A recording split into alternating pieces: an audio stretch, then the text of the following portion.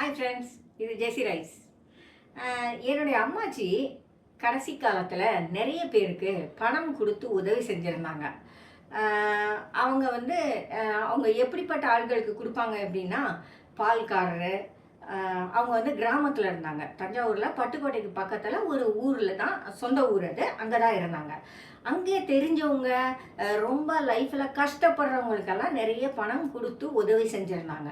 அவங்களோட கடைசி காலத்தில் அவங்க வந்து ஊருக்கு வந்து எங்கள் கூட இருந்துடணும் அப்படின்னு மற்றவங்கெல்லாம் முடிவு பண்ணினப்ப எல்லாரும் அவங்கக்கிட்ட கேட்டாங்க, நீங்கள் யாராருக்கு எவ்வளோ காசு கொடுத்தீங்கன்னு சொல்லுங்கள், அதெல்லாம் திருப்பி வாங்கணும் அப்படின்னு. அப்போ அவங்க சொன்னாங்க, அதெல்லாம் ஒன்று நீங்கள் கேட்க வேண்டாம், அவங்களா கொடுக்குறதா கொடுப்பாங்க அப்படின்னு.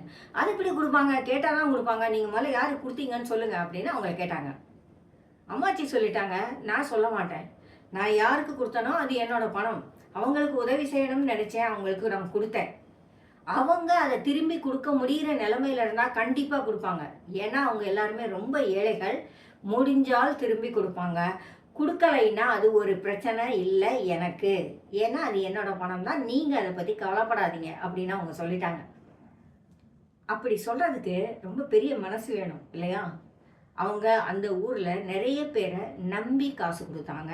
அவங்களுக்கே நல்லா தெரியும், ஒரு விவசாயி, கூலி வேலைக்கு போகிற விவசாயி, ஒரு பால் ஊத்துறவர், இந்த மாதிரி ஆட்களெல்லாம் எந்த விதத்திலே காசை திரும்ப கொடுப்பாங்க, கண்டிப்பாக கொடுப்பாங்களா அப்படின்னெல்லாம் அவங்களும் யோசிச்சிருப்பாங்க. ஆனால் அவங்க அதை பற்றி கவலைப்படலை.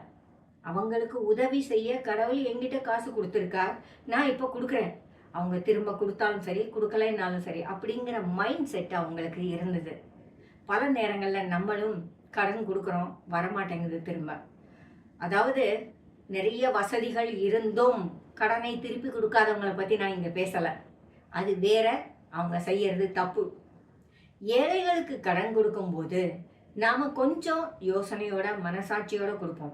இது திரும்ப வரலைன்னாலும் பரவாயில்லை, ஒருவேளை சொன்ன நேரத்தில் அவங்க திரும்ப கொடுக்கலைன்னாலும் பரவாயில்லை, அவங்க முடிஞ்சா கொடுக்கட்டும், முடியலைன்னா விட்டுடட்டும் அப்படிங்கிற ஒரு மனநிலையை நாம் நமக்குள்ளே கொஞ்சம் கொண்டு வருவோம்.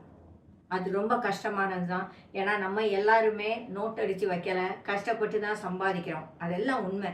ஆனால் உதவி செய்யவும் 4 பேர் வேணும் இல்லையா?